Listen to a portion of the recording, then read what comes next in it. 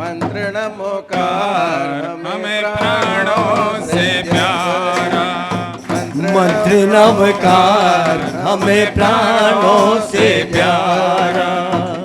ये वो जहां,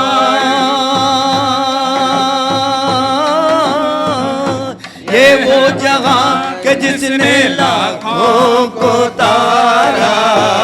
मंत्र नमकार हमें प्राणों से प्यारा। नमो हरिहंताणं नमो सिद्धाणं नमो आयर्याणं नमो वज्रायणं नमो लोए सव साहुणं नमो लोए सव साहुणं। तोड़ दे सारे बंधन सदा के लिए, यह मुश्किल नहीं आत्मा के लिए। तोड़ दे सारे बंधन सदा के लिए, यह मुश्किल नहीं आत्मा के लिए। ज्ञान से भी जरूरी निज ध्यान है, ध्यान चेतन का कर आत्म सुख के लिए। तोड़ दे सारे बंधन सदा के लिए।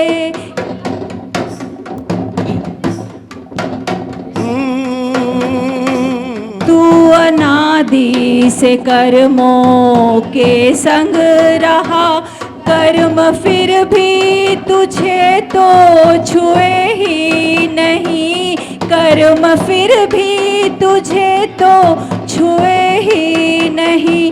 पर पदार्थों को तूने अपना कहा, पर कभी ये तुम्हारे हुए तो नहीं।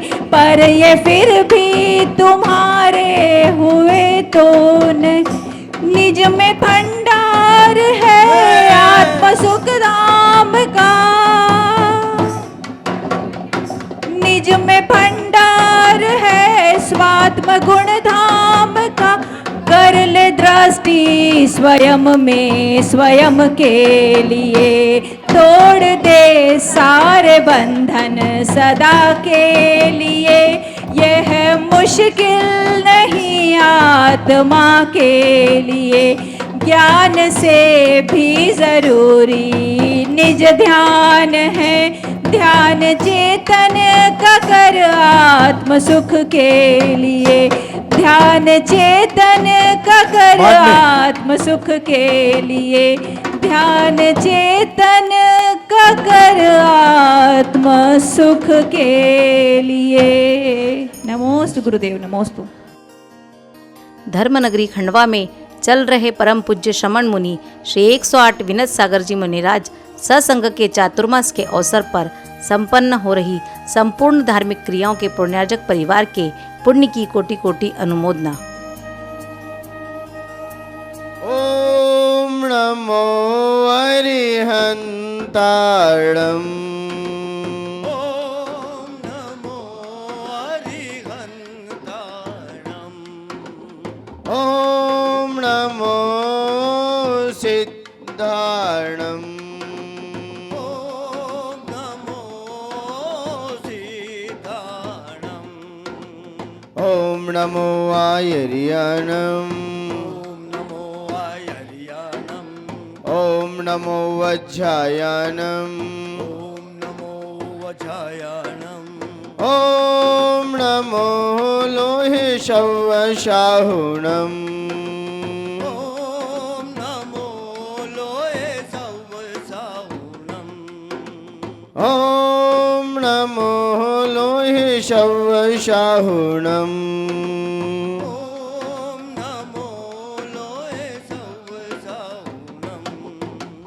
आपने आपको आप में वर लिया, आपने आपको आप में भर लिया। चेतना को स्वयं ही प्रखर कर लिया, चेतना को स्वयं ही प्रखर वीतरागी प्रभु हे महावीर जिन वीतरागी प्रभु हे महावीर जिन आदिनाथ प्रभु तुम हो तारण तरण आदिनाथ प्रभु तुम हो तारण तरण आपके दो ही चरण में विनम्र नमन आपके द्विचरण में विनम्र नमन निर्विकारी हुए वस्त्र अंबर किए विषधारी हुए वस्त्र अंबर किए छोड़कर राग को जो दिगंबर हुए छोड़कर राग को जो दिगंबर हुए हे विराग गुरु दो विरागी नयन हे विरागी प्रभु दो विरागी नयन हे विनम्र गुरु दो मुझे अब शरण हे विनम्र गुरु दो मुझे अब शरण है नमन दे शरण दो समाधि मरण है नमन दो शरण हो समाधि मरण आपके दो ही चरण में विनम्र नमन आपके द्विचरण में विनम्र नमन जय बोलिए अनंतानंद सिद्ध परमेष्ठी भगवान की जय। प्रथम तीर्थंकर श्री ऋषभनाथ भगवान की जय। दिवाई दिव्य कजर चिंतामणि पार्श्वनाथ भगवान की जय। धर्म तीर्थ शासन नायक अंतिम तीर्थंकर भगवान महावीर स्वामी की जय। परम पूज्य आचार्य भगवंत गुरुवर श्री महंतुंग महामुनिराज की जय। आचार्य भगवंत गुरुवर श्री विराग सागर जी गुरुदेव की जय। उच्चारणाचार्य 108 श्री विनम्र सागर जी गुरुदेव की जय। अहिंसामयी जैन धर्म की जय जय हो जय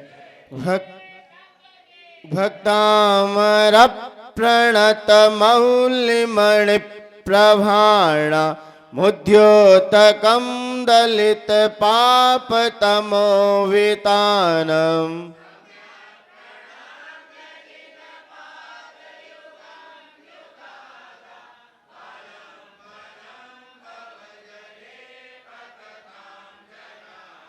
यह संस्तुतः शकल वाङ्मय तत्त्वबोधा दुद्भूत बुद्धि पटु भी सुरलोकनाथै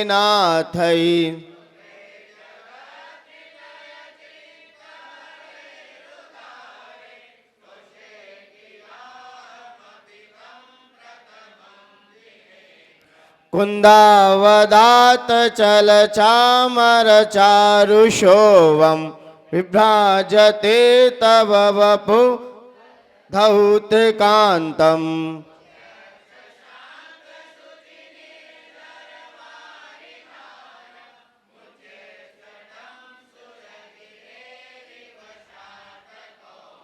मुच्चैस्तटं शूरगिरे रेवशात कौम्भम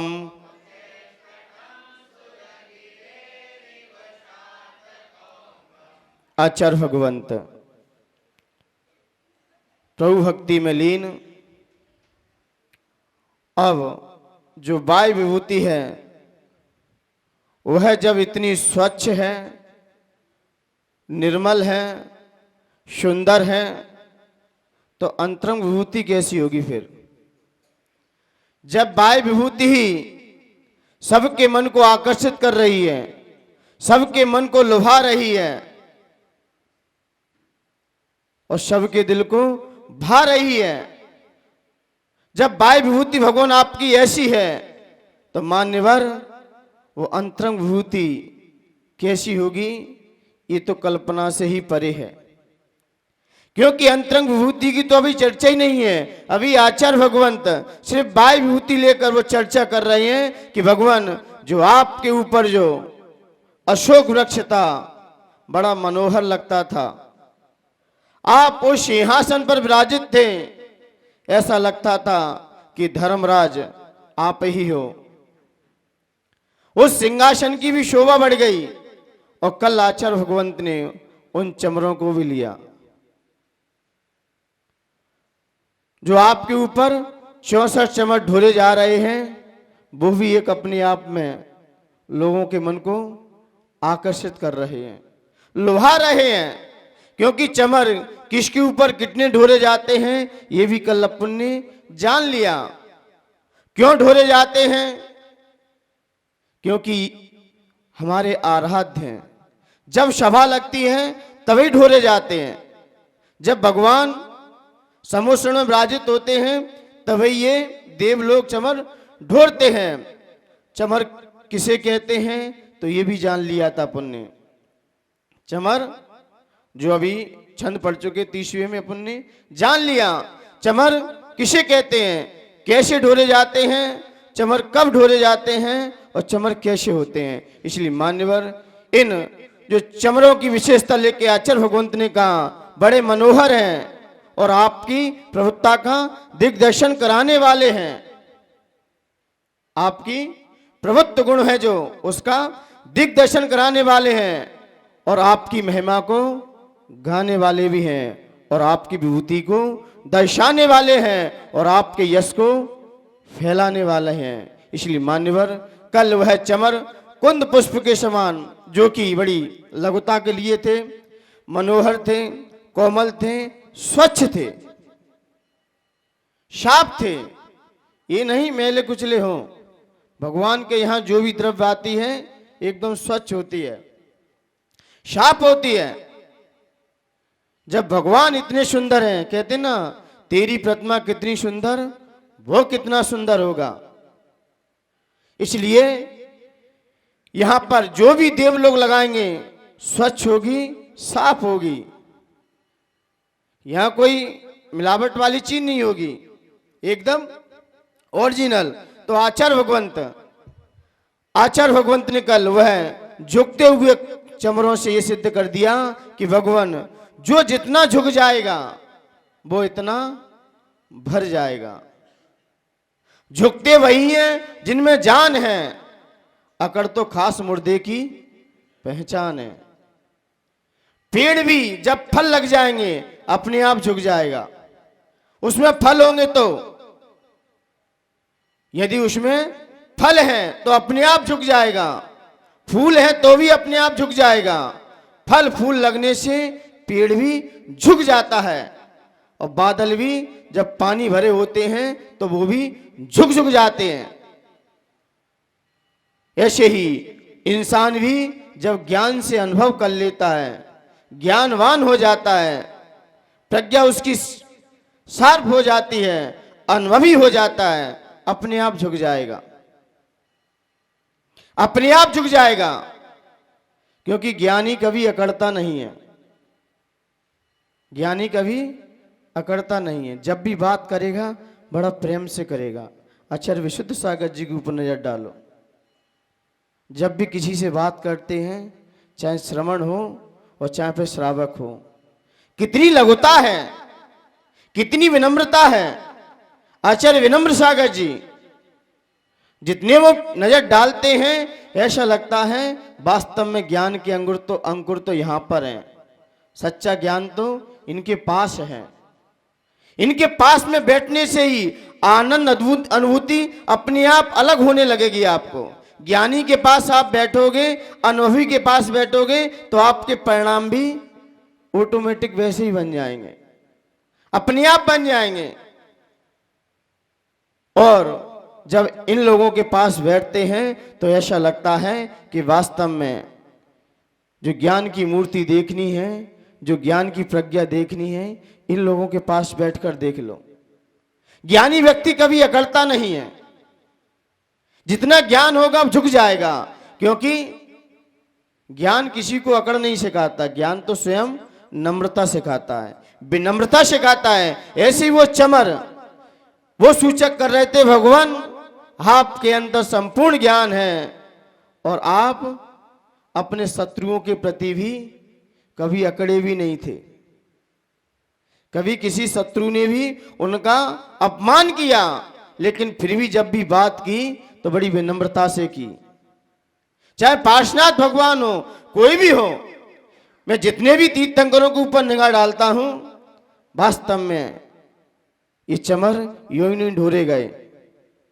चमर उन्हीं के ऊपर ढोरे जाते हैं जो चमर जैसा दिल रखते हैं, चमर जैसी पोलाइटनेस रखते हैं अपने अंदर।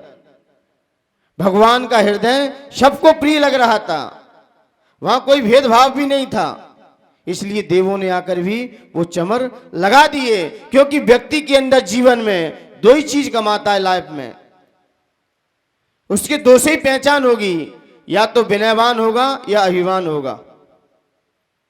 क्या होगा? या तो विनयवान होगा, नम्रतावान होगा, या दूसरा अभिमान तो नाक पर ही रखा रहता है। कहते हैं ना, उनसे तो दूसरे ही हाथ जोड़ लो। कोई बात करो अभ्याल कुछ कह देंगे।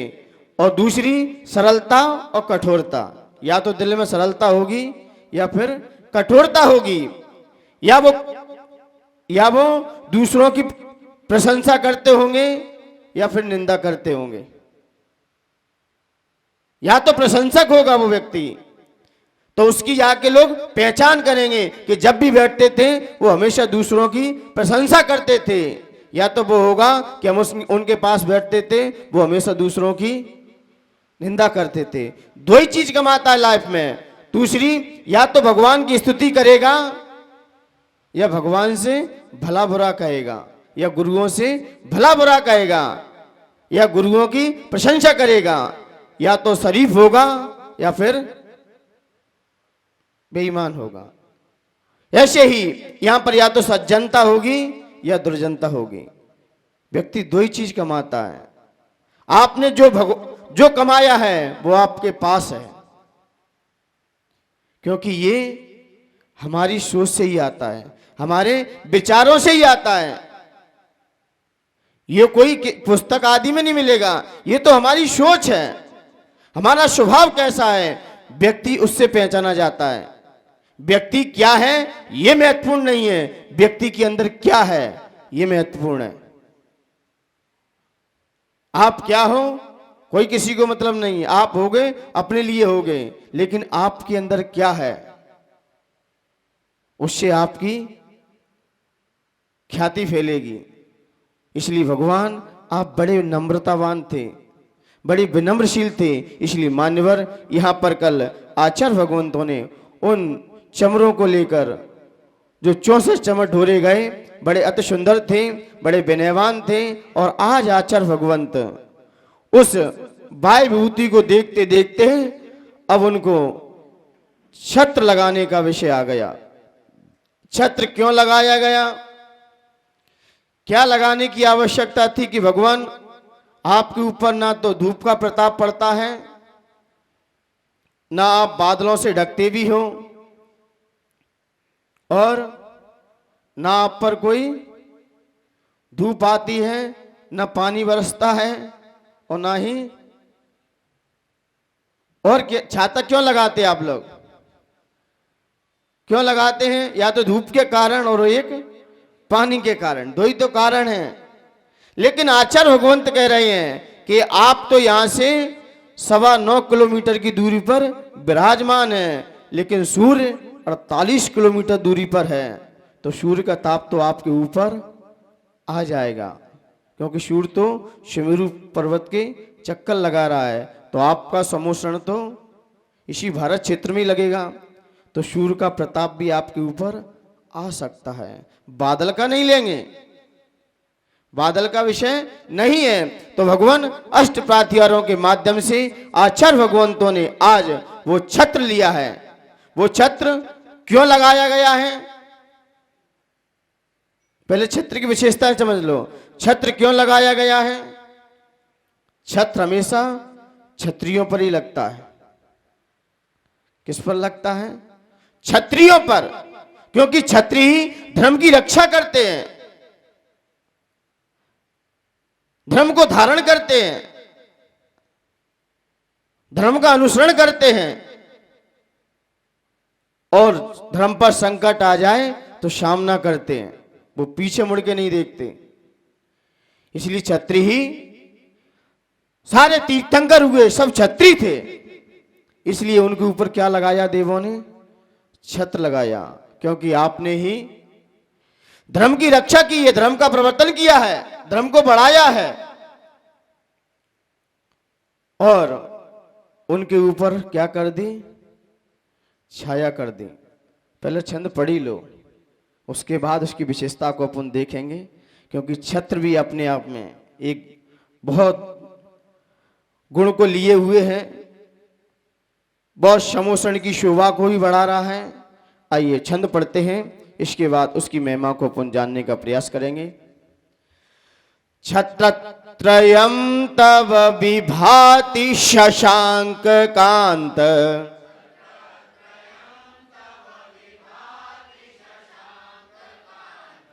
छत्रत्रयं तव विभाति शशांक कांत,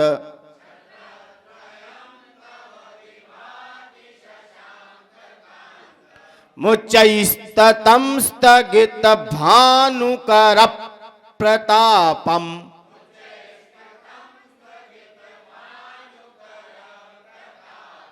मुच्चैस्ततं स्थगित भानुकर प्रतापम,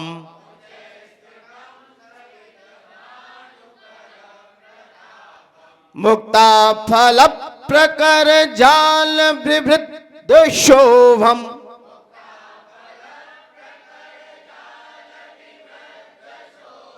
विवृत शोभम,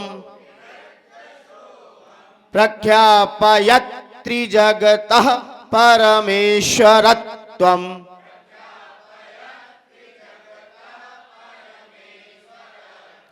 प्रख्यापयत् त्रिजगतः परमेश्वरत्वम्,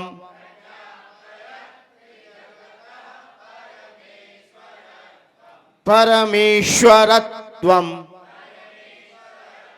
बोलिए एक साथ।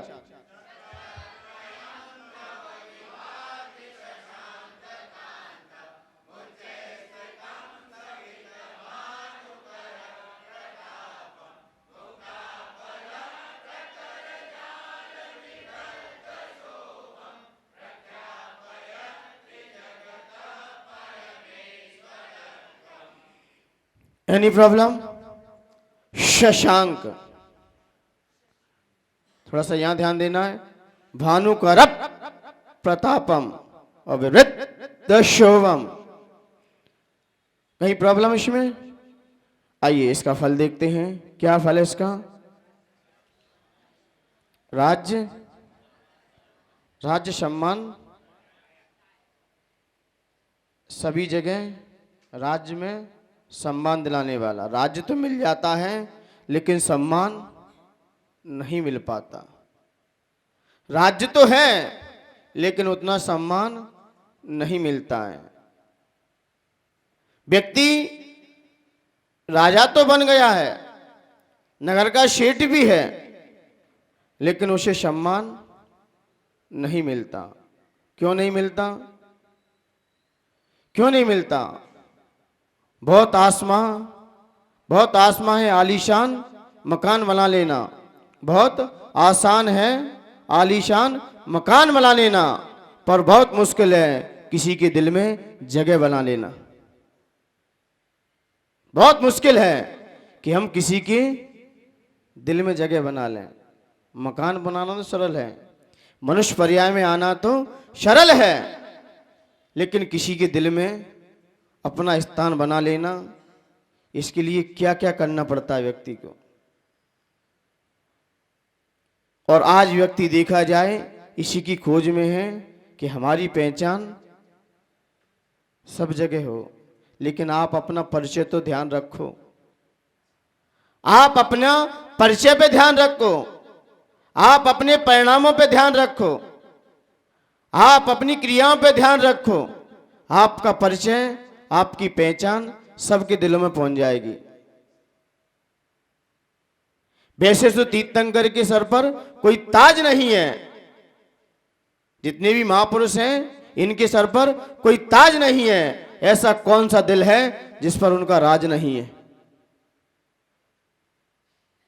ऐसा कौन सा दिल है जिस पे तीर्थंकर का राज ना हो, ईश्वर का राज ना हो? क्या किया है उन्होंने? क्या किया है? किसी के दिल में जगह बना लेना बहुत बड़ी बात है, साधारण बात नहीं है। और देखी भी जाए एक अपेक्षा से तो साधारण भी है। बस व्यक्ति व्यवस्थित रहे। आचार्य विशुद्ध सागर जी कहते हैं, भैया आप व्यवस्थित रहो, व्यवस्थाएं ऑटोमेटिक हो जाएंगी। आप व्यवस्थित रहने का प्रयास करो, आप अपनी मर्यादा में रहो। जो सबके बारे में भला सोचता है उसके बारे में हमें कभी बुरा नहीं सोचना चाहिए, आप दिल पर राज करोगे। जो सबके बारे में भला सोचता है आप उसके बारे में कभी बुरा मत सोचिए। मोदी देश के बारे में सोचता है और लोग उसके बारे में सोच रहे हैं। आप उसके बारे में अच्छा सोचो। आप आज नहीं कल उठोगे जरूर, उठोगे जरूर। इसलिए जो तीर्थंकर भगवान है सबके बारे में भला सोचा है। गुरु महाराज होते हैं सबके बारे में भला सोचते हैं, और लोग उनके बारे में ही क्या सोचोगे आपका विषय है। आप कहेंगे कि भगवान भी भेदभाव करते हैं। बोले कैसे? कि जब पूरी सभा लगी थी भगवान महावीर स्वामी की, तो जब भी संबोधन शब्द होता था तो किसको बुलाते थे? हे सैनिक। अब बताइए, सैनिक का नाम भगवान महावीर स्वामी के दिल में क्यों आ गया? क्यों आ गया? जरूर कोई उन्होंने अच्छा कार्य किया होगा। क्यों आया? क्योंकि राजा सैनिक भी भगवान महावीर स्वामी की श्रेणी में पहुंचने वाले थे। बोले क्यों? कि मैं तो भरत क्षेत्र को छोड़कर जाऊंगा, लेकिन इस भरत क्षेत्र पर प्रथम तीर्थंकर का रूप लेंगे तो आप ही आओगे धरती पर। तो अपने मित्र से कौन नहीं मित्रता रखना चाहता? आप भी आगे चल के इस धरती के तीर्थंकर हो गए। अभी वर्तमान का अंतिम तीर्थंकर, अभी हम इसे तीर्थ को सुशोभित कर रहे हैं, लेकिन आने वाली जो भविष्य की 24वीं है उसमें प्रथम स्थान आपका ही रहेगा। तो अपने मित्र से कौन मित्रता करना नहीं चाहता? कौन उसका नाम नहीं लेना चाहता? आप कल कहो कि महाराज जी हमें तो आपके साथ रहना है, लिख लेना, कल अपने आप नाम अपने आप आने लगेगा। आप उन जैसा होने का प्रयास तो करो, उन जैसे परिणाम तो बनाओ, उन जैसी विशुद्धि तो बनाओ। आप अपने आप नाम आने लगता है। तो यहां पर कहा राज्य सम्मान सौभाग्य प्रदायक, राज्य सम्मानदायक। इसलिए हमारा यश है, राज्य है, वो कैसे सम्मान को प्राप्त हो, कैसे सम्मान को प्राप्त हो। तो आचार्य भगवंत कहते हैं आप अपनी अमानत से प्रेम करो, कभी दूसरों की अमानत से प्रेम मत करना। आपको दिल पे राज करना है तो आप अपनी अमानत से प्रेम करो, और दूसरों की अमानत से प्रेम करोगे तो जमानत भी जब्त हो जाएगी। जो दूसरों की अमानत से प्रेम करते हैं उनकी जमानत भी जब्त हो जाती है, और जो अपनी अमानत से प्रेम करते हैं उन्हें अपने लक्ष्य की प्राप्ति हो जाती है। उनकी जमानत जब्त नहीं होती, लोग उनकी जय जयकार लगाते हैं। इसलिए आचार्य भगवंत कुंद कुंद स्वामी हुए और भी आचार्य हुए, वो संकेत यही करके गए, बेटा आप अपनी अमानत से प्रेम करते रहना। आप अब जो मिला है, जितना प्राप्त है उतना ही पर्याप्त है। इतना भाव यदि आपके अंदर रहा तो हर दिल में आपका राज होगा। क्योंकि देखा जाता है हम सबका भला सोचेंगे, हम सबका भला सोचेंगे तो हमारा तो लाभ अपने आप हो जाएगा। लाभ की मत सोचो, आप सबका भला सोचो। और भला का उल्टा ही क्या है? लाभ ही है, जो सबका भला सोचते हैं। इसलिए तीर्थंकर हुए, उन्होंने सबके लिए भला सोचा कि सारे जीवों का कल्याण हो। लेकिन सोचा किसका कितना हुआ ये बात की बात है, लेकिन स्वयं तो कल्याण हो ही गया। हम दूसरों के बारे में अच्छा सोचते हैं, दूसरे का अच्छा हो या ना हो, लेकिन हमारा अच्छा हो ही जाता है। हम दूसरों के बारे में बुरा सोचें, दूसरों का बुरा हो या ना हो, लेकिन हमारा जरूर बुरा हो जाता है। कंजूसी क्यों करें? दूसरों के प्रति अच्छे भाव, अच्छे परिणामी हमें आगे चल के, धन्य वो नारियां जिनकी क्षमता जहां जन्म लेती हैं वहां पूरी जिंदगी नहीं रहती। जहां जन्म लिया है वहां पूरी जिंदगी नहीं रही, और उस पराये घर में जाकर उसे ही अपना घर मान लिया, उसे ही अपना मान लिया। फिर वहां रहती हैं, निभती हैं और निभाती हैं। बहुएं वो अच्छी नहीं है जो सिर्फ अपने पति को खुश करके रखें। बेटियां वो अच्छी नहीं है जो अपने पति को ही खुश करके रखें। अरे बहू रानी तो वो है जो सबको खुश करके रखे, सबको लेके चले। जो सबको लेके चलता है उस पर सबका आशीष होता है, और अपने को लेके चले तो स्वार्थी कहे जाओगे, अपना मतलब सिद्ध कर रहे हो। सबको लेके चलोगे तो आप सबके दिल पर राज कर सकती हो।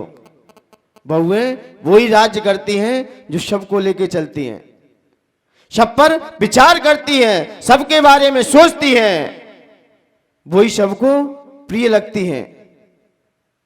कोई संकट आ जाएगा सब आपके सामने खड़े रहेंगे, और तुमने अपने को लिया तो सब भी आपसे किनारा कर जाएंगे। इसलिए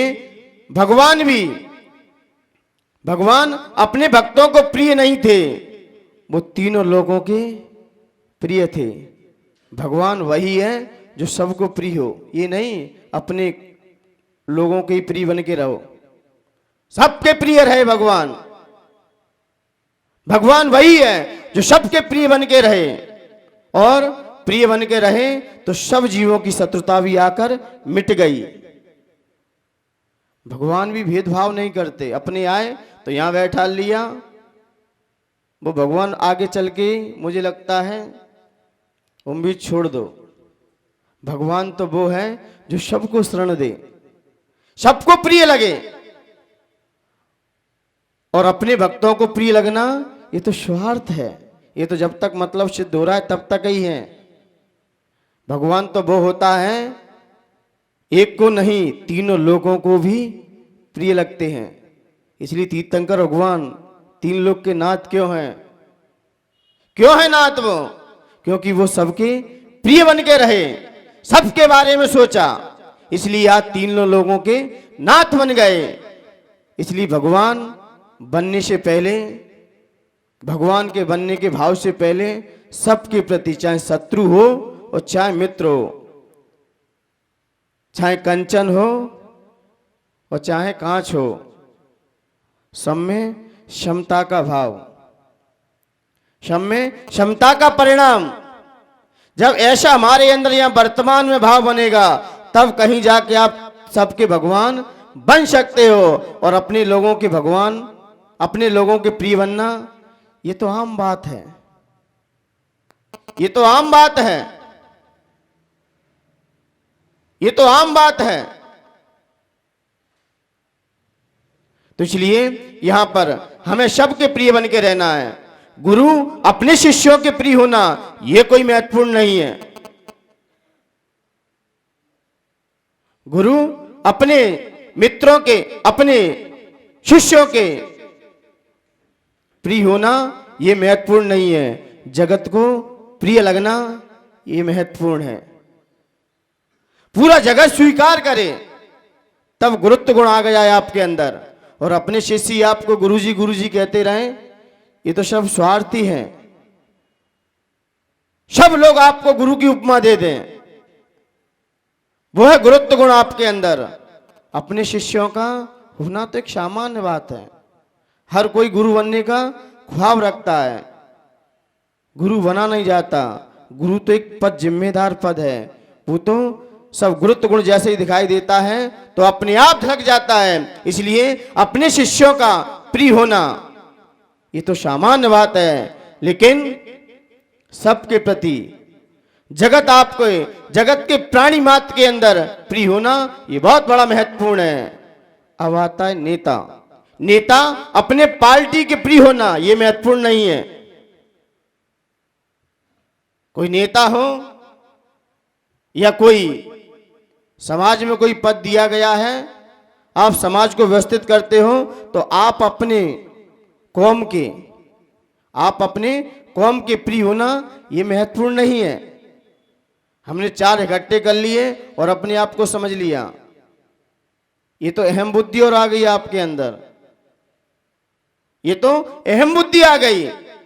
बल्कि लोकप्रिय होना, लोक में प्रिय होना, लिखवा देना लगवाता है लोकप्रिय नेता, लेकिन लोक के प्रिय होना, क्योंकि नेता पहले तो पैर पड़ेगा और जीत जाएगा तो दूसरों को पैर पड़वाएगा। पहले तो स्वयं पैर पड़ेगा और फिर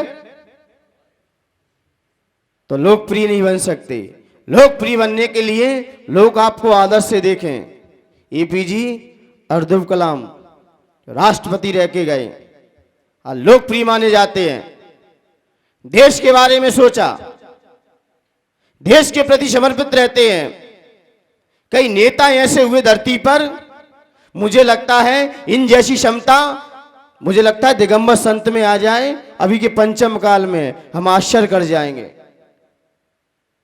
इनके अंदर वो क्षमता, नेताओं के अंदर इतनी क्षमता मैंने देखी, मैं तो आश्चर्य कर गया उस समय। सामने नेताजी बैठे हैं, थोड़ा सा कोई काम बिगड़ गया, लोगों ने उनका पुतला लिया और चौराहे पर फूंक दिया, और सामने नेता बैठे हैं, पूरा परिवार बैठा है। बताइए उसके परिवार वाले पर क्या बीत रही होगी, क्या बीत रही होगी। इतनी क्षमता, देशभक्ति है। देशभक्ति हो और आपको भगवान के प्रति भक्ति हो, फिर व्यक्ति अपने आप को भी नहीं देखता,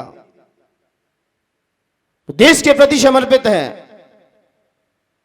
कि सामने पुतला भी फूका जा रहा है, पूरा परिवार देख रहा है। ऐसी क्षमता होना देशभक्ति है। जिसके अंदर देशभक्ति हो ना, वो सब सहन कर जाएगा, सब पूरा संकट सहन कर जाएगा। अपने ऊपर संकट भी आ जाएगा तो भी सहन कर जाएगा। ऐसे ही मुनिराज, जब जिनेंद्र भगवान के प्रति भक्ति होती है, उस आत्मा के गुणों के प्रति भक्ति होती है, फिर अपने ऊपर भी संकट आ जाए तो क्षमता से सहन कर जाएगा। चिल्लाएगा नहीं, चीखेगा नहीं, ना किसी से भला बुरा कहेगा, वो सहन कर जाएगा। यही तो निर्जरा का कारण है। ये किसका कारण है? निर्जरा का कारण है, इतनी सहन शक्ति होना। क्योंकि उसे बस भक्ति होना चाहिए। भक्ति है तो आपके अंदर सहन शक्ति अपने आप आ जाएगी, और भक्ति नहीं है तो सहन शक्ति अभी बिखर जाएगी। रास्ते से जा रहा था मैं गुरुदेव के पास, गुरुदेव के साथ प्यार करते हुए, एक जून का महीना, पति 3 पीस पहने हैं, दूल्हा 3 पीस पहने हुए हैं और साफा भी लगाए हैं, और क्या लगा लेते ऊपर, निगरोसी निकलती है तब छाता लगाते हैं या वो कोई कुछ लगा लेते हैं, लेकिन वो पसीना पसीना हो रहा था वो, और तो भी धूप में जा रहा था वो। अब ये क्यों सहन कर रहा है ये गर्मी को? ये गर्मी क्यों सहन कर रहा है ये? क्या चाहिए इसे? क्या भक्ति इसके अंदर? जिसको जहां भक्ति होगी सब सहन कर जाएगा। हमने कि गुरुदेव देखो जून का महीना है और 3 पीस लगे हैं, अपने यहाँ बिना कपड़े के भी पसीना पसीना हो रहे हैं, और ये तो 12 बजे की धूप में अपने वो मंदिर जाते ना देव स्थान पर, घूम के जाते बार बार, और फिर वहाँ से ट्रैक्टर में बैठ के आए, ट्रैक्टर भी क्या ऊपर छाता लगाए वहाँ पर, कितनी सहन करता है, वो भी सहन कर रहा है, किसके खातिर, किसके खातिर, क्या भक्ति उसके अंदर, जिसको जिसकी जरूरत होती है सहन शक्ति भी आ जाती है, फिर बस छुपाते हैं हम अपनी शक्ति तो आपके अंदर है, गर्मी भी सहन करने की, सर्दी भी सहन करने की, लेकिन हम क्या करते हैं, बस छुपाते हैं। किसी से कहो प्रतिमा ले लो, शक्ति नहीं है, व्रत करने की शक्ति नहीं है, और जब एक दिन भोजन नहीं बनता है, लड़ाई हो जाती घर में, तब सुबह से लेकर शाम तक भूखे रहते नहीं रहते कभी कभार, अब शक्ति कहां से आ गई, हम छुपा जाते हैं। लेकिन यहां पर नेता वही श्रेष्ठ है जो सबको प्रिय लगे, ये नहीं अपनी पार्टी को प्रिय लगना, अपनी पार्टी के 4 लोग खड़े कर लिए और हम हो गए, सबका प्रिय होना, लोकप्रिय होना, वो नेता सबके दिलों में राज करता है। और अपने घर परिवार में भी देखा जाए पंडिताई करने वाले अपने घर में नहीं, अपनी समाज में नहीं, जगत जन सभी जन आपको विद्वान की उपमा दे दें, विद्वान की श्रेणी में रख दें, वो विद्वत्ता आपके काम की है, ये 4 लोगों ने दे दी और पंडित जी कहने लगे और अपने आप को फूल के भी क्या हो रहे हो, आप ही समझो। विद्वान उसे ही कहा जाता है जो सबके क्षेत्र में हो। कई पंडित हैं, समाज के लोग उन्हें आदर्श कहते हैं, आदर्श रहे हमारे पंडित भूरालाल जी, पंडित शेखर चंद जी, ये विद्वान, इनके नाम जवान पे सबके थे, क्योंकि इनके अंदर विद्वत्ता थी। और वर्तमान में देखा जाए अभी के परिप्रेक्ष्य में सबसे गंभीर पंडितों में देखा जाए, बड़ा सहन शक्ति, सहन करने वाले, हर तरह से समझने वाले पंडित हसमुख धरियावाद वाले, हसमुख जी धरियावाद बड़ा गंभीर है, विद्वत्ता है, ना कभी उखड़ते हैं,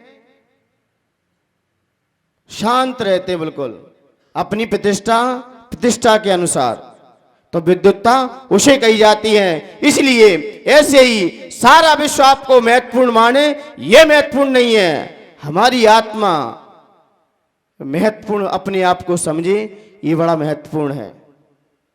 हमारी आत्मा हमारी निज आत्मा स्वयं को महान माने, वह सबसे बड़ा महत्वपूर्ण है और वही सबसे बड़ा महत्वशाली है।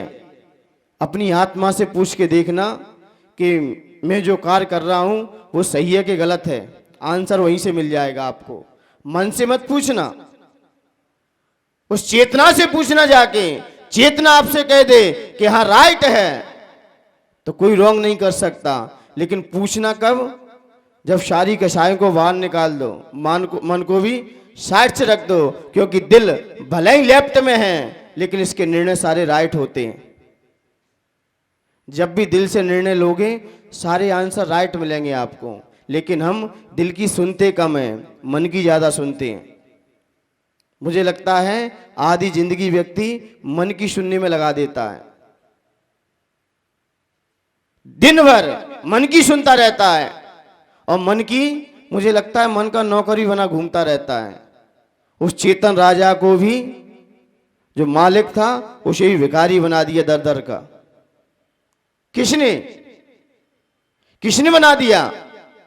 जब तुमने मालिक को भिखारी बना दिया है और आप कहना चाहते हो कि मैं सबके दिल पर राज करूं, पहले उस राजा को तो निकाल दो बाहर, उस राजा के बारे में चिंतन तो करो जो राजा बन के धरती पर रहा, जो अपने यहां पर अनुशासित करके रहा, वही किसी के पराधीन है और आप सबके दिल पर राज करना चाहते हो। 3 काल में कभी भी नहीं हो सकेगा। पहले वो राजा है उसकी सुनो, आप उसकी सुनोगे तो आप सब पे दिल पर राज कर सकते हो। और नौकरों की सुनी, ये इंद्रियां मन क्या है, ये तो चापलूस हैं और दिन भर हम इनकी सुनते रहते हैं और कहते हैं कि लोग हमें नाम लेना ही पसंद नहीं करते, लोग हमारा नाम लेना भी पसंद नहीं करते। अरे क्यों करेंगे आपका नाम लेना पसंद, क्या मिलेगा उन्हें आपके नाम से? कुछ काम तो करके दिखाओ, कुछ कार्य करके दिखाओ। और कार्य जब ही होगा जब अपनी चेतना से पूछोगे, उस चेतना के बारे में सोचोगे। तो इसलिए मान्यवर, यहाँ पर राज्य सम्मानदायक हमें राज्य मिलता है, हमें किसी का मिला है तो ये मत समझिए ये हमारा है, हमने चेतना की सुनी है इसलिए आज मुझे मिल गया। इसलिए मान्यवर, यहाँ पर सम्मान सौभाग्यदायक, सब जगह हमारा सम्मान हो, यश फैले, ऐसी भावनाओं के साथ आचार भगवंत ने ये राज सम्मानदायक। जब इसके छंद को अर्थ को देखेंगे तो बहुत जल्दी अर्थ समझ में आ जाएगा कि राज्य हर दिल पर हम कैसे कर सकें। आइए इसकी जाप देखते हैं। ओम ह्रीम रम नमो घोर परक्कमाणम,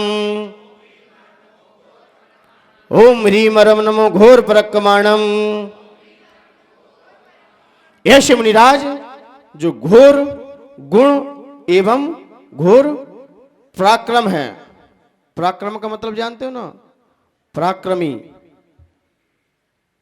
शक्तिशाली। और ये इतने शक्तिशाली हैं, इतने कि सामने कोई भी आ जाए भयभीत नहीं होंगे। मुनिराज भयभीत नहीं रहते, ऐसे पराक्रमी हैं। यदि सोच लें इस समुद्र को सुखाना है तो सूख भी जाएगा, इतना पराक्रम है। चांद और सूर्य को यहीं से पकड़ लें, यहीं से, वैसे वो पकड़े नहीं जाएंगे लेकिन शक्ति इतनी, इतना पराक्रम है कि वो यहीं से पकड़ सकते हैं, इतनी शक्ति है। लेकिन पराक्रम देखा जाए तो सोच से आता है, विवेक से आता है। आप पे सोच होगा, विवेक होगा, आप जीत जाओगे। क्योंकि मन के हारे हार है, मन के जीते जीते हैं। मन से भी आप जीत लोगे। व्यक्ति मन से जीत गया तो काय से भी जीत सकता है। मन को सक्रिय रखिए। पहले बुजुर्गों में कितना माइंड चलता था।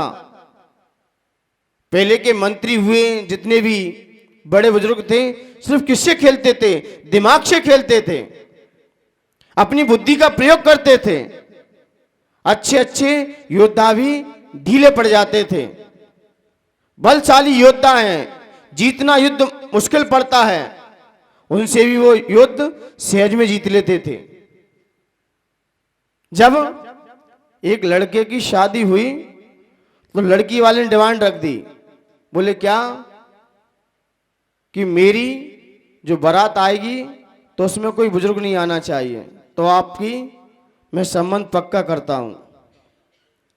लड़के वालों से क्या कह दिया लड़की वालों ने?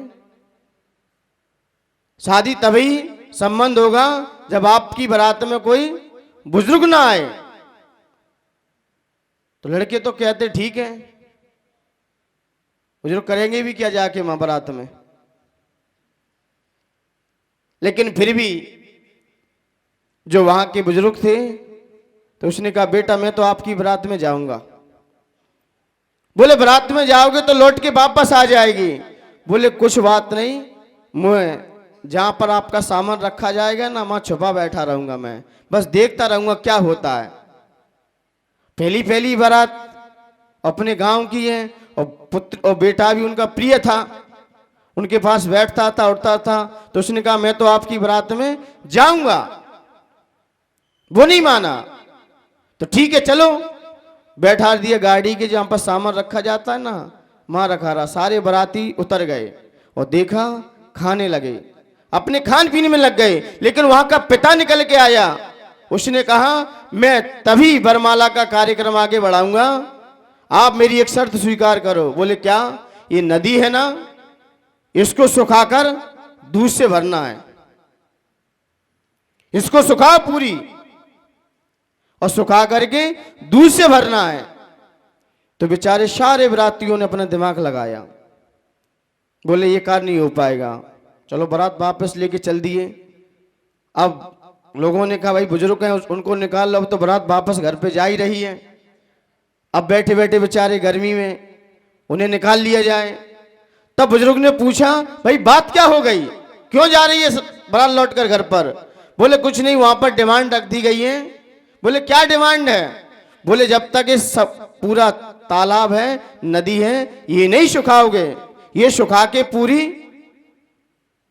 इस नदी को दूध से भरना है, सुखाना नहीं है, सिर्फ दूध से भरना है आपको, इसको दूध से भरना है।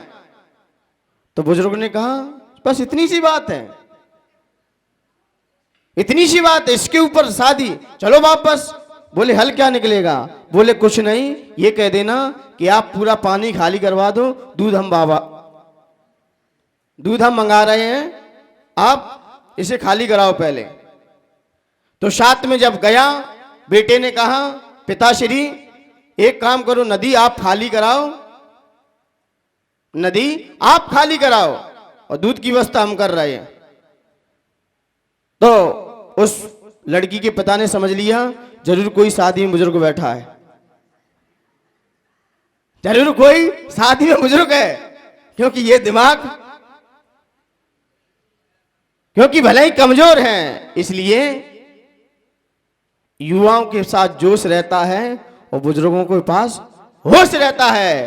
और आचार्य श्री विनम्र सागर जी गुरुदेव ने खंडवा वालों पर कृपा इतनी की कि युवा भी भेजे,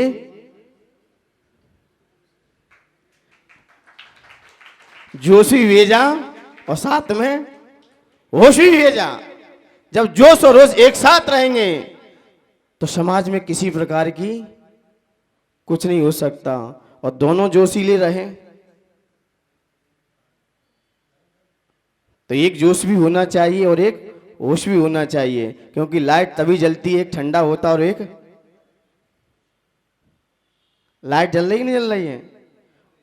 और ये धर्म की यहाँ पर जो लाइट जल रही है ना, ये दोनों ही हैं। आचार्य जी ने होश के रूप में विश्वमित्र सागर जी को भेजा, इनके पास होश है, अनुभव है, भले ही आपके पास ज्ञान है लेकिन इनके पास अनुभव है। अनुभव महत्वपूर्ण होते हैं, ज्ञान भी पीछे रह जाता है।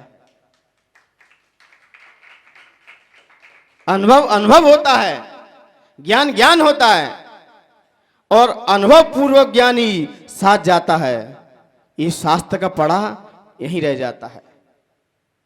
तो जरूर कोई बुजुर्ग होगा, इसलिए ये बुजुर्गों से अनुभव लो बैठकर। लोग समझते तो फालतू हैं घर के, अरे फालतू नहीं है, ये सफेद बाल ऐसे ही नहीं निकल गए इनके, एक एक अनुभव है। अपने अविनाश के मामा बैठे ना, मामा जी हैं क्या है, बहुत सारे अनुभव इनके पास जब मैं बैठता हूं, भले ही दिखने में कैसे भी लगे, इसलिए पराक्रम मन से भी होता है। तो यहां पर ऐसे पराक्रमी जो अग्नि जल रही है उसे भी बुझा देंगे। और पत्थर के सामने यदि कोई पत्थर फेंक रहा होगा, पत्थर टूट रहा होगा, तो वहीं रोक देंगे। ऐसे पराक्रमी मुनिराज जो कि विदेश क्षेत्र में विराजमान है, ऐसा पराक्रम देखना है। शेर भी सामने खड़ा रहे तो ही भयभीत नहीं होंगे। आचार्य विराग सागर जी गुरुदेव जब उदयपुर से बिहार करते हुए जा रहे थे, उदयपुर में प्रवेश कर रहे थे, उदयपुर में प्रवेश कर रहे थे, तो बीच में एक रास्ते में वहां से 7-8 किलोमीटर पर गांव रह गया था, 3 किलोमीटर, लेकिन उसके पहले ही थोड़ा अंधेरा छा गया, क्योंकि मौसम बिगड़ने लगा, पानी ना बरस जाए, ऐसा मौसम हुआ। लेकिन बीच में एक थोड़ी सी एक वाटर वर्क्स टाइप का मिला, तो वहां पर एक छोटा सा रूम था, लेकिन संग बड़ा था। लेकिन मौसम बिगड़ने के कारण आचार्य जी ने कहा मैं यहीं रुकूंगा, अब आगे नहीं बढ़ूंगा। लोगों ने कहा यहां तो शेर आते हैं, कीवड़ा की नाल उदयपुर में जाना तुम, बांसवाड़ा से लेकर उदयपुर का रास्ता 120-30 किलोमीटर का, एक बीच में एक जंगल मिलता है, वहां पर शेरों का प्रकोप ज्यादा है। तो आचार्य जी ने कहा नहीं अब तो शाम हो गई, अब तो यहीं रुकना है, अब शक्ति भी नहीं रही क्योंकि दर्द भी होने लगा था। तो वहीं रुके। आचार्य रुके, लोगों ने बहुत कहा, लेकिन आचार्य तो आचार्य हैं। रात्र विश्राम किया, पूरा पुलिस फोर्स मंगाया गया, क्योंकि जंगल का विषय था, क्योंकि श्रावक लोग तो वैसे ही, वो तो बस हमें प्राणों से प्यारे हैं, णमोकार मंत्र में, णमोकार मंत्र में, और महाराज जी जंगल में हो तो फिर अपने प्राण प्यारे से लगता। फिर पंच परमेष्ठी का मंत्र भी अभी गा रहे थे ना जी, मंत्र णमोकार हमें प्राणों से प्यारा। जब आपको अपने प्राणों से प्यारा है और जब संकट आता है महाराज जियों पर, फिर किसके प्राण प्यारे लगते हैं? फिर यही तो भक्ति दिखावटी है, यही तो बनावटी है, और यही तो सजावटी है। ओरिजिनल भक्ति वो होगी जहां पर पंच परमेष्ठी दिखाई दे जाए, सामने खड़ा रहेगा। कहना अलग बात है णमोकार मंत्र में, और महाराज जी जंगल में हो और पब्लिक भी चल रही हो, तो कौन रुकेगा महाराज जी के पास रात में? कोई है आपके पास व्यवस्था कि हम महाराज जी को एक जब तक दूसरी समाज के हाथ में ना दे दें तब तक उनके साथ रहें? और रात्रि विश्राम करने का समय आया, उठाई अपनी अपनी गाड़ी, अब महाराज जी के पास कौन रुकेगा? और फिर कोई घटना हो जाएगी, फिर क्या करोगे? तो पहले से ही सुरक्षित रखो। ये आपने तो भजन बनाया है णमोकार मंत्र में, अब इसका अनुकरण कौन करेगा? दूसरी समाज, कौन समाज करेगी? संत किसका है? संत समाज का है, संत समाज की धरोहर है, उसकी सुरक्षा करना किसका फर्ज है? किसका फर्ज है? समाज का फर्ज है। समाज का कैंडिडेट महाराज जी के पास 24 समय आते जाते रहना चाहिए, नहीं सेवक लगा दिए। तो कह रहे नमोकार मंत्र में प्राणों से प्यारा, और सेवा कौन कर रहे हैं? दूसरी समाज के लोग, और हमें प्राणों से प्यारे हैं। तुम किसके साथ दगाबाजी कर रहे हो? ये खुद विचार करो, खुद चिंतन करो, खुद सोचो। जब आपके घर पर आपकी पत्नी अकेली रह जाती है तो चिंता होती नहीं शाम को कहां पहुंचने हमें, और संत के पास कौन सोएगा? कौन देखेगा? कौन प्यारा है तुम्हें प्राणों से? सत्य छुपता नहीं है, आ ही जाएगा आज नहीं तो कल। इसलिए कहना अलग बात है, लेकिन इसको अनुकरण करना बहुत बड़ी बात है। लेकिन जिसे सम्यक दृष्टि होगा वही समझ सकेगा उस साधु की संवेदनाओं को। जय जयकार वाले तो सिर्फ जयकार तक ही रहते हैं। इसलिए मान्यवर यहाँ पर आचार्य भगवंत, जब आचार्य विराग सागर जी गुरुदेव के पास जब ऐसा सामना आया तो कई श्रेष्ठी गण भी अपने सारे हथियार लेकर रात्रि विश्राम किया, सारा पुलिस फोर्स लगा दिया, कोई आपातकाल घटना ना घट जाए। सारे पुलिसों को ऑर्डर कर दिया, भले ही पेमेंट देना पड़ा अलग से, क्योंकि सरकार वे सुरक्षा देती है, लेकिन फिर भी रखने पड़ते हैं। और सारा पुलिस फोर्स लगा रहा, और सुबह जैसे ही हुआ तो कई जय जयकार लगाने वाले आ गए। अब तो आ ही जाओ, जब जरूरत थी तब कहां थे? तब सामना होना चाहिए।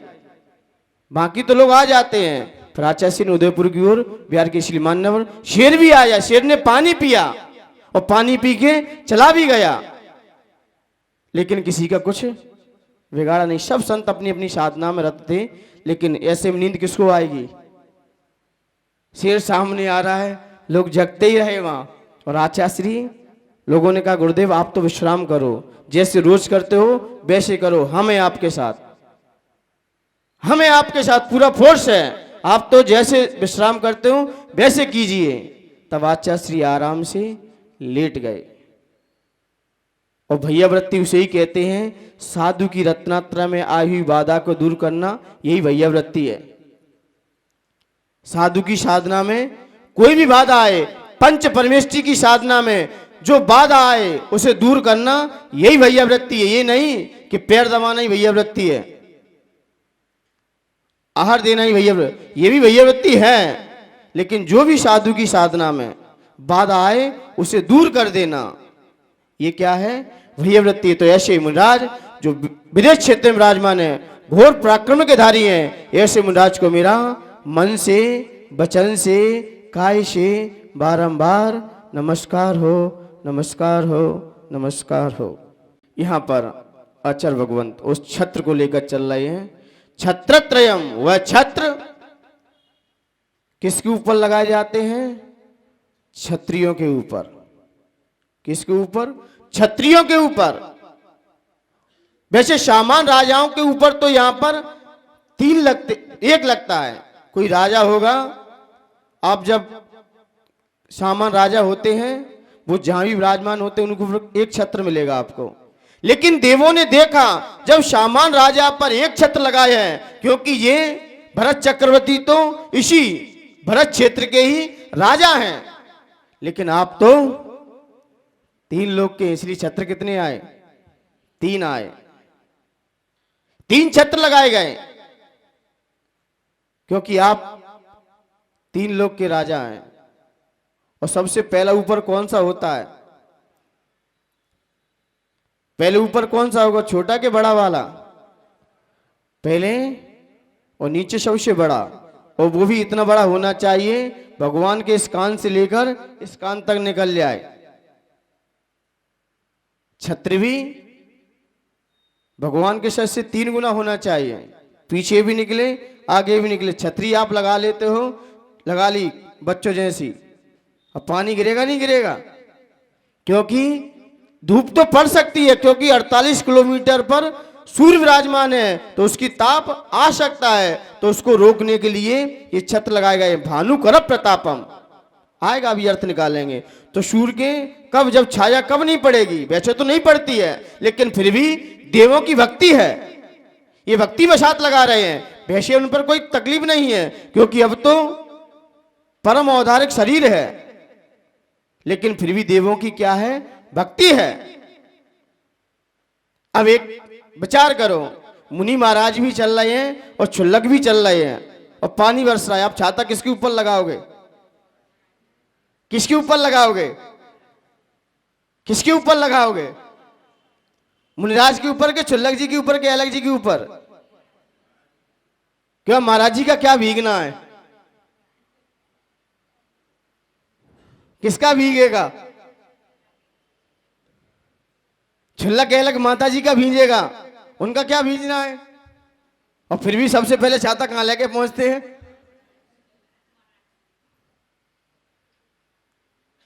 तो ऐसे ही भगवान कह रहे, भगवान का यही है कि यहां पर तो कुछ होना ही नहीं है, धूप तो यहां पड़नी नहीं। फिर भी देवों ने भक्ति वशात, भक्ति के वश होकर 3 छत्र लगाए। 3 छत्र वो सुशोभित, तीनों लोगों के स्वामी हैं। आप भगवान पे छाया करते हो कि आप भगवान की छाया में रहते हो? आप किनकी छत्र छाया में हो कि भगवान आपकी छत्र छाया में? तो क्या कर लेते? छत्रत्रयम, उन पे, अरे उन पर छत्र लगाइए अपने हाथ से, उन पर यूं हाथ करने की आपको आवश्यकता नहीं है। उन्हें क्या तुम छाया में रहोगे जिनकी छाया में तुम जी रहे हो? लोग कहते हैं मुनिराज को आहार किस लिए देते हैं? संतों को आपने आहार दिया है, उनके ऊपर आपने उपकार किया है कि नहीं किया है? करुणा दिया कि नहीं दिया आपने? करुणा किया कि नहीं किया है? बेचारे भूखे थे, है ना? तो हमने उनके ऊपर उपकार किया कि नहीं किया है? मान्यवर, उनके ऊपर आपने उपकार नहीं किया, आपने अपने कर्तव्यों को अदा किया है। यदि गुरु ना होते तो आप अपने कर्तव्य नहीं कर पाते। ये तो बहाना है आहार देने का। ये तो आहार देने का क्या है? बहाना है। वास्तव में देखा जाए, हमें तो अपनी भक्ति करके दिखाना है। फिर भक्ति किसी माध्यम से हो सकती है, स्तुति किसी के माध्यम से हो सकती है, सेवा किसी के भी माध्यम से हो सकती है। आपने उन पर ऊपर कोई उपकार नहीं किया, आप क्या उपकार करोगे? आहार देकर क्या उपकार कर लिया आपने? आपने उपकार कर लिया क्या? तो यहां पर आचार्य भगवंत, ऐसे लोग कहते हैं हम भगवान का अभिषेक इसलिए करते हैं क्योंकि भगवान गंदे हो गए रात में। भगवान गंदे हो गए तो उनकी सफाई करने के लिए इसलिए हम उनके पास जाते हैं। और मुराजों को हार क्यों देते हैं? कि बेचारे भूखे हैं, है ना? और भगवान पे हम ही छाया करते हैं, लगाते ना। कैसे करते हैं? जब छत्र त्रयम बोला जाता है, अरे छत्र स्वयं लेके आओ। यो करने की आपको आवश्यकता नहीं, हाथ जोड़ लो। हाथ जोड़कर अनुमोदन करो, क्योंकि आप उनकी छाया में रह रहे हो, ना कि वो आपकी छाया में। भले मैं मानता हूं आपके भाव हैं, लेकिन हाथ जोड़ के भी तो हो सकते हैं। या तो फिर छत चढ़ाओ स्वयं अपना लेके। बोले भगवान पे चढ़े हैं तो आप भगवान का सबसे पहले अभिषेक करने आओ, और जो छत्र लगा रहता है उस पे हाथ लगा लो और बोल दो छंदे वाला। आपने अनुमोदना तो कर ली, और जहां पर आवश्यकता हो, और छत्र कितना बड़ा होना चाहिए? इस कान से लेकर इस कान से निकल जाए। ये नहीं भगवान इतने बड़े छत्र इतना लटका दिया, कोई फल नहीं मिलेगा। क्या छाया उससे होगी? अब तुम छोटा सा छाता लेके आए, छोटा सा छाता, अब ना तो तुम ही ढक पा रहे, ना सामने वाले को ढक पा रहे, तो छाता भी बड़ा होना चाहिए। तो यहां पर छत्रत्रयम, और ये छत्र जब जन्माभिषेक होता है भगवान का, तो सौद्रम इंद्र और कुबेर और ईशान इंद्र जाता है, तब ईशान इंद्र क्या लगाता है? छत्र लगाता है। इस छत्र की परंपरा बहुत अनादिकाल से है, अनादिकाल से है। इसलिए भगवान के ऊपर छत्र एक अपने आप में प्रातिहार का रूप है। इसलिए मान्यवर, और छत्र लगाने से हमारे अंदर भी एक छत्रीपन का महसूस होता है, एक छत्रीपन का महसूस होता है। इसलिए मान्यवर यहां पर 3 छत्र लगाए गए। कितने? 3 छत्र। क्यों? क्योंकि आपने 3 लोगों पर विजय प्राप्त की है। वो 3 लोग कौन कौन से हैं? सबसे पहला ऊर्ध्वलोक 1 राजू का होता है। कितना होता है? 1 राजू का होता है। और ब्रह्मलोक 5 राजू का होता है। यो मापना तो 5 राजू आ जाएगा। और नीचे का 2 लोक 7 राजू का होता है। तो आपने इन 3 लोगों पर क्या किया है? विजय प्राप्त की है। तो नीचे का सबसे बड़ा होगा। कैसा होगा? नासिको तेरी, जैसे नासिका होती है ना अपनी, ऊपर से छोटी छोटी होती है, वो नीचे आके बड़ी हो जाती है। तो नासिका तोरी, नासिका के जैसे छत्र होता है, ऊपर सबसे छोटा, बीच में, और सबसे बड़ा नीचे लगता है। क्योंकि पानी गिरेगा, लोग उल्टे लगा देते कभी कभार। ऊपर बड़ा होता है, उसके नीचे छोटे लटके रहते हैं। वो क्या काम करेंगे? क्योंकि ऊपर से प्रभाव पड़ता है। इसलिए मान्यवर यहाँ पर आचार्य भगवंत ने उस छत्र की महिमा को दर्शाते हुए यहाँ पर हम लोगों के लिए ये विशेषता डाली। इसलिए मान्यवर छत्र और चमर भावमंडल आप पढ़ते ना, छत्र चमर भावमंडल भारी,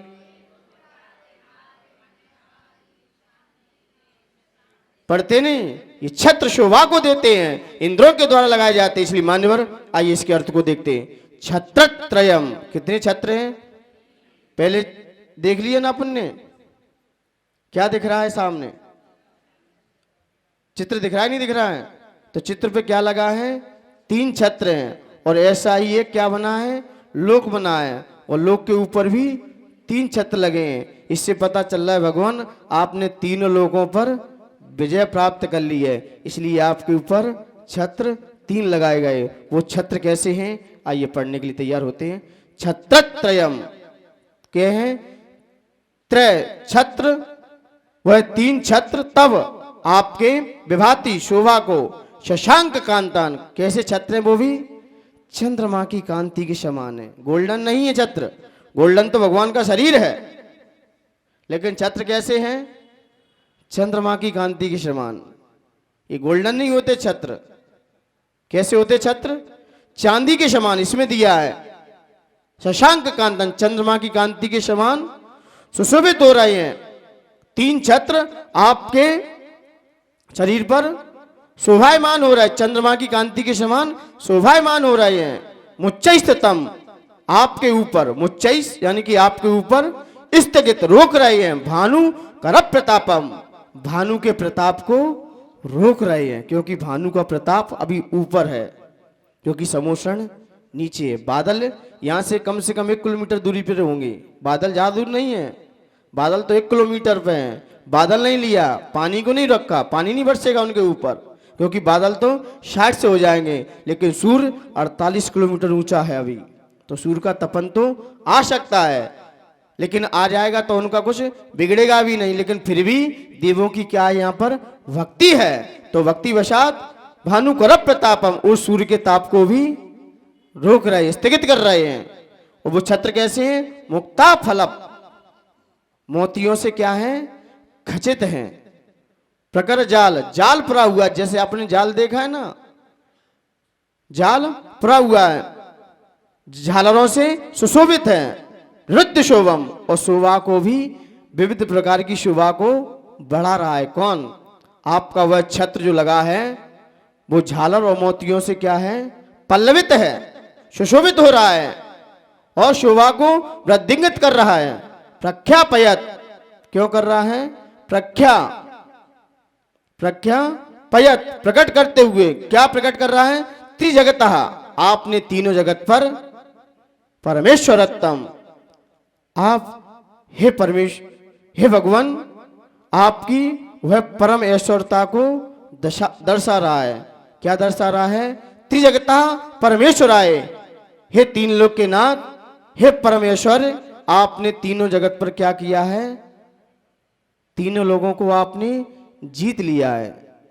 आप तीनों लोगों के नाथ हैं, इसलिए भगवान आपके ऊपर ये छत्र बड़े शोभायमान हो रहे हैं, बड़े हर्ष से भर रहे हैं। इसलिए मान्यवर यहाँ पर छत्र, भगवान की भक्ति करते हुए देवों ने ये छत्र बड़ी शोभायमान हुए और मोतियों से खचित हैं। ऐसे छत्र आप पर सुशोभित हो रहे हैं, क्योंकि भले ही 3 छत्र हैं, कुछ ना कुछ संदेश हमें देके ही जा रहे हैं।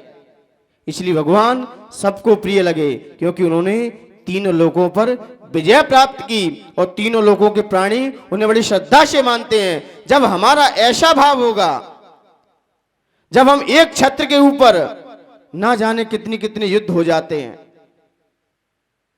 कौरव पांडवों का क्या था? एक छत्र का ही तो युद्ध था। एक छत्र युद्ध के कारण कौरव पांडवों में भी युद्ध हुआ, लेकिन पांडवों ने अपने उस अंतरंग बैठे हुए विभूति को पहचान लिया। बोले ये बाह्य विभूति लेके क्या करेंगे, जब लेने में इतनी संकलेशता है और जब इसके साथ रहेंगे तब कितना संकलेश परिणाम होगा। तब वो शांत हुए, लेकिन फिर भी कौरवों की अग्नि अंदर से बुझी नहीं थी। और जब भी वो वैराग हुआ और जाके एक पहाड़ पर खड़े हो गए, फिर भी कौरवों ने क्या कहा, कहीं ये राज्य छीन न लें, और फिर भी क्या डाल दिया उनके ऊपर? लोहे के कड़े पहना दिए, वो भी जलते हुए। लेकिन फिर भी वो अपनी अंतरंग में गए। उन 3 पांडवों ने अपने ऊपर राज्य करते हुए और फिर देवों ने आके 3 छत्रों के ऊपर भी लगा दिए। कहां? एक छत्र के ऊपर। और अब वो एक छत्र के ऊपर स्वयं लड़ना पड़ रहा था, स्वयं भिड़ना पड़ रहा था। तो अंदर से आवाज आई, बाहर का युद्ध बंद करो, अंतरंग का युद्ध चालू कर दो, क्योंकि आपने अंतरंग का युद्ध जीत लिया और जीत भी जाओगे आप। और वो जीते अंतरंग के युद्ध को, तो देवों ने आके भी क्या लगा दिए? 3 छत्र लगा दिए। और वो पांडव शोभायमान हुए और सर्वात सिद्धि से वो नकुल सहदेव भी आएंगे, वो भी आगे चल के उनके ऊपर भी 3 छत्र लग जाएंगे। इसलिए मान्यवर एक राजा छत्री भी हुआ, छत्रसाल, बड़ा कमजोर था। कमजोर होने के कारण और सामने वाले राजा ने उस पर आक्रमण कर दिया। अब बेचारा क्या करता, कमजोर था, लेकिन राज्य बहुत वैभवशाली था, बड़ा सुखी से था। लेकिन क्या करें, सुखी प्राणी कोई धरती पर रहने भी नहीं देता।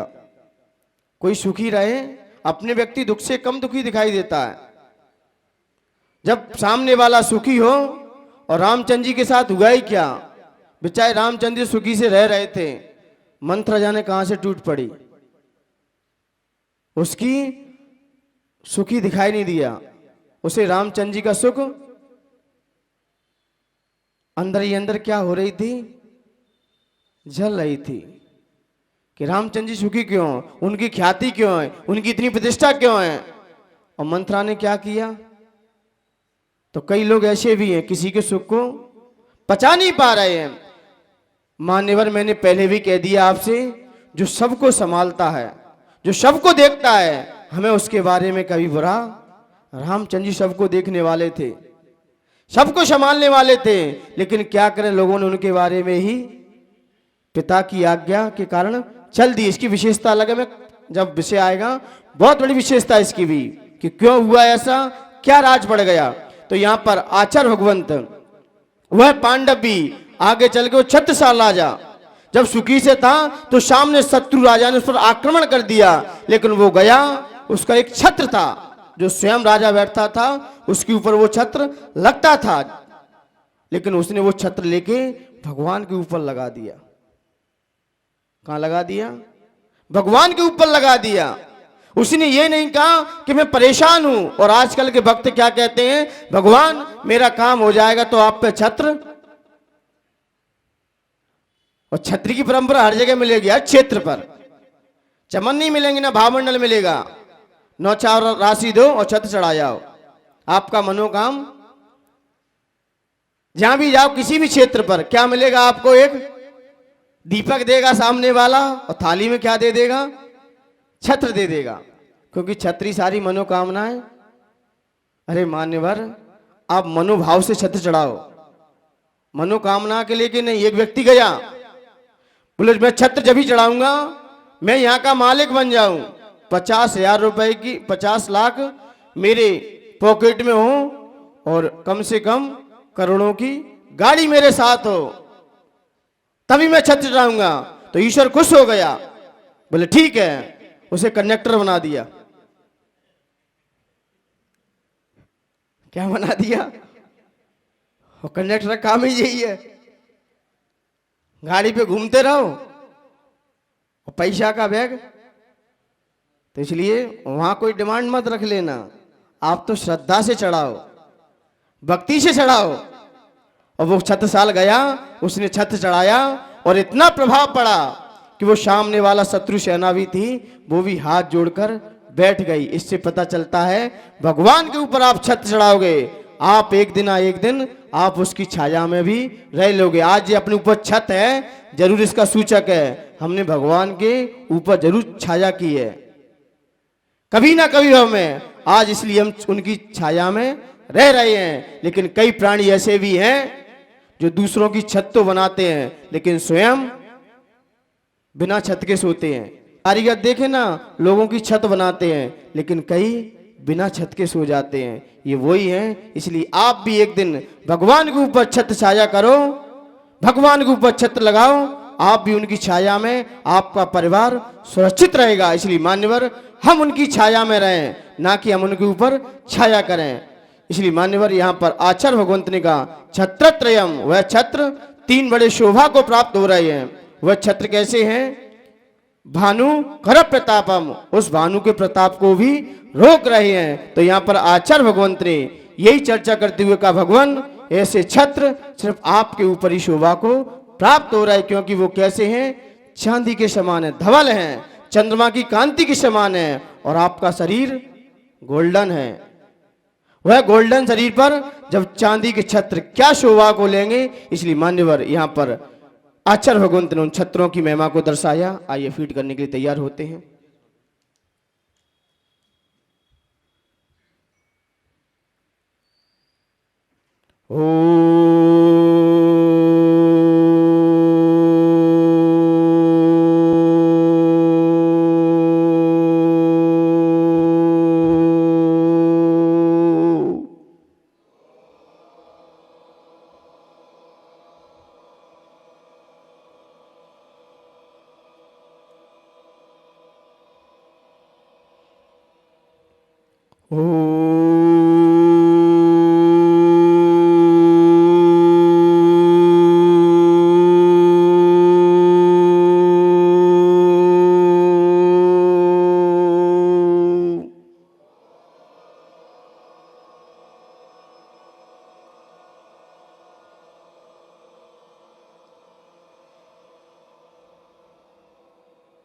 दोनों आंखें बंद, मन को आज्ञा चक्र पर।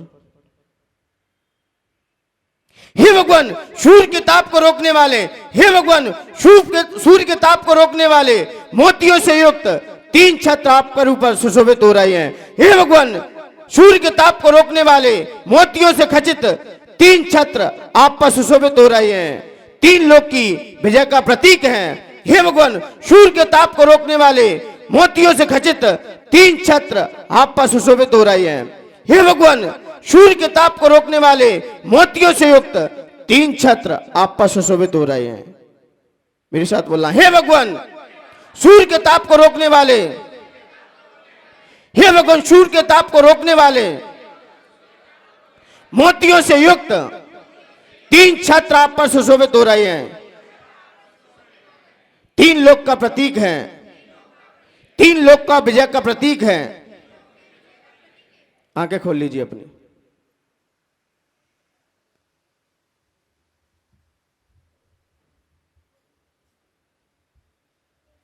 क्या कहा? हे भगवान, सूर्य के ताप को रोकते हुए मोतियों से युक्त 3 छत्र आप पर सुशोभित हो रहे हैं।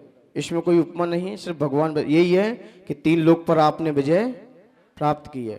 ओम ह्रीम रम नमो घोर प्रकमाणम, ओम ह्रीम रम नमो घोर प्रकमाणम, ओम ह्रीम रम नमो घोर प्रकमाणम, ओम ह्रीम रम नमो घोर प्रकमाणम, ओम ह्रीम रम नमो घोर प्रकमाणम, ओम ह्रीम रम नमो घोर प्रकमाणम, ओम ह्रीम रम नमो घोर प्रकमाणम, ओम ह्रीम रम नमो घोर प्रकमाणम। सम्यक दर्शन, सम्यक ज्ञान, सम्यक चारित्र्यभ्यो नमो नमः।